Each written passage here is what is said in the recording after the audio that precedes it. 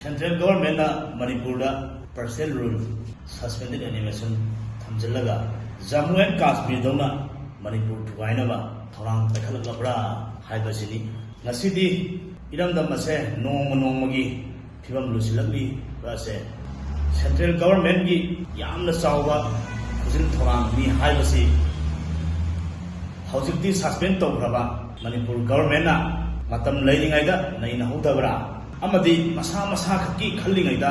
thawai hodabani haina lawredabagi maram leite haukiba May 2023 gi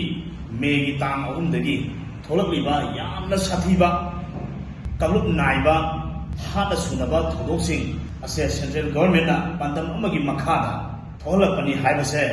nongmagi mayak singdale sahi animuk kanglupi irang tholanduna kangkhong sahellaba matungda lamdam asida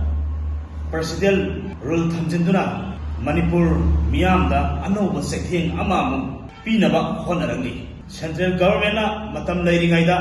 tholibi irang asi thabak oina lokhatuna tohandanabasu honakiba leite aduna miyoi kayagi punsi lantung kaya amangata thoki Manipurgi apunbagi saktam phong singhalaki masina Manipurgi territorial integrity da thugai naba lalong kaya oyangadra haibase miyamna hangni chief minister resign tawrabasu anoba chief minister ama khanduna stable government ama thamdaba Manipur da pyar thamjalibasi hidden agenda amagi marumda central government na Manipur ase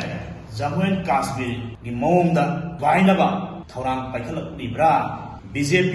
amadi makhoiga punna saminariba MLA singna ngasi pawba government ama semba ngamdriba sina Manipurgi territorial integrity kai bangai libra state asigi chief minister ama MLA singna khanba ngamdriba asi political will ama MLA singda leitabagini haina lawdaba ngamloi ngasi miyam leibak ki asu luraba tanja sidaida center na yengdana leiba haibasina matau karamna Manipurgi territorial integrity ngakpa ngamgadori banawsini sigi talaga saida amuka macet magi kem tawna asaubi tanaduna laithokliba se Manipur miyam yurdi yamna laibak thibani